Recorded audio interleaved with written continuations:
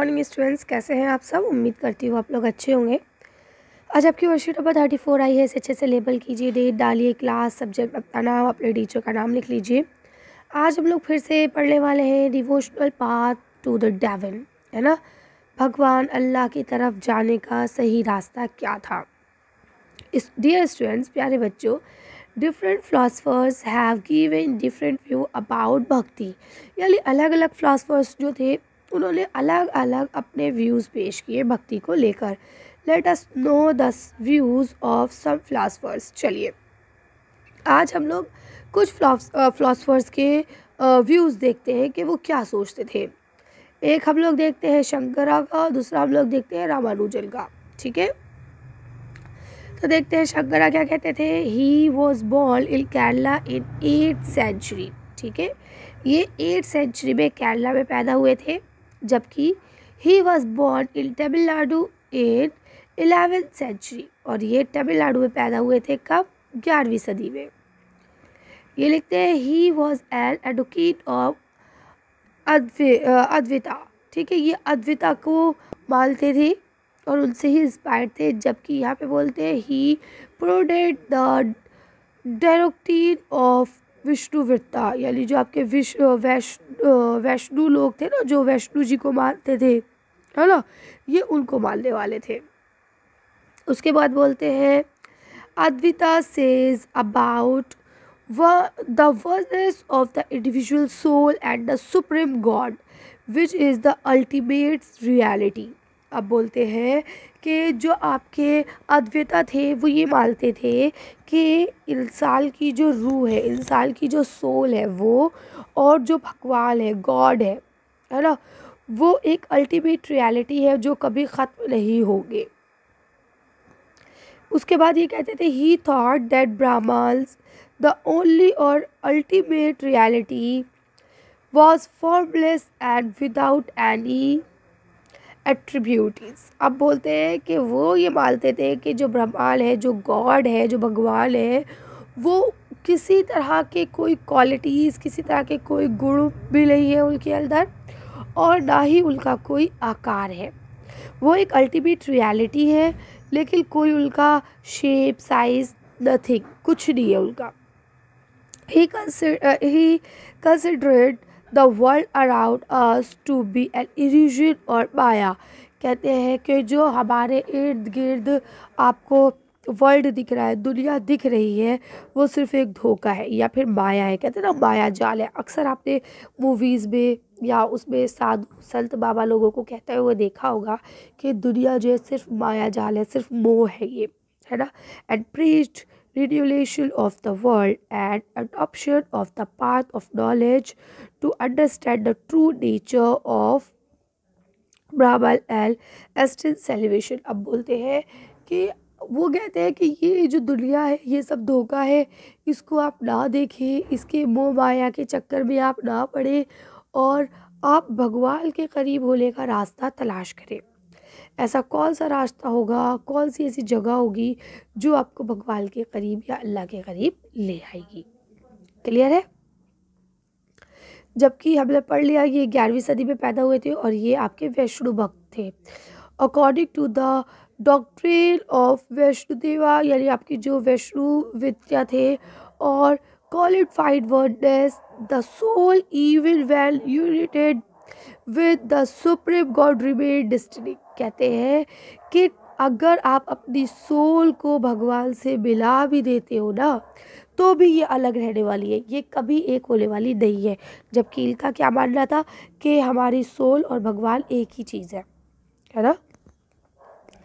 ये कहते हैं he was deeply influenced by the Alvars. ये अलवार्स पे ज़्यादा जोर देते हैं। अकॉर्डिंग टू हिम, इनके अकॉर्डिंग, इनके दो अनुसार, the best mean of the attacking celebration, यानी अगर ध्यान की और जो आपकी मोक्ष होता है ना, मतलब जो आप प्राप्ति चाहते हैं मोक्ष की, was through interest devotion to Vishnu, यानी कि आप अपने अंदर वैष्णु के प्रति प्यार भावना को उत्पन्न कीजिए और आपको मुक्ति मिल जाएगी। Vishnu in his grace helped the devotee to attain the bliss of union with him। इनका मानना था कि वैष्णो जी के द्वारा ही आप भगवान की जो सहानुभूति है, जो भगवान की अटेंशन है, उसको प्राप्त कर सकते हैं। Ramanujan doctrine greatly inspired the new style of भक्ति विच डेवलप्ड इन नॉर्थ इंडिया सब्सक्यूटेंस। कहते हैं कि रामानुजन ने जो भक्ति की फॉर्म निकाली थी वो आज नॉर्थ इंडिया में बहुत ज़्यादा मानी जाती है। अब हम लोग बात कर लेते हैं यहाँ पे बासावरना की। ये क्या बोलते हैं, ये बोलते हैं the connection between the Tamil bhakti and movement, bhakti movement and the temple worship lead to a reaction that is best represented in the Vaishnava movement iterating bye.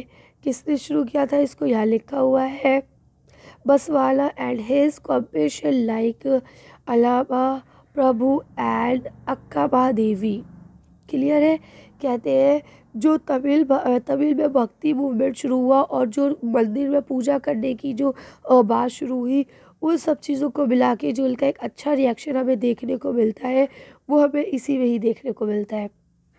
बासावरना जो आपकी विश्विज्म है उसके बारे उसी में हमें देखने को मिलता है। अब बोलते हैं this movement begin in Karnataka in the mid 12th century. ये मूवमेंट कर्नाटका में 12वीं सदी के मध्य में शुरू हुआ। ठीक है। द विश्वास agreed strongly for the equality of all human beings and against Brahminical ideas about caste and the treatment of women।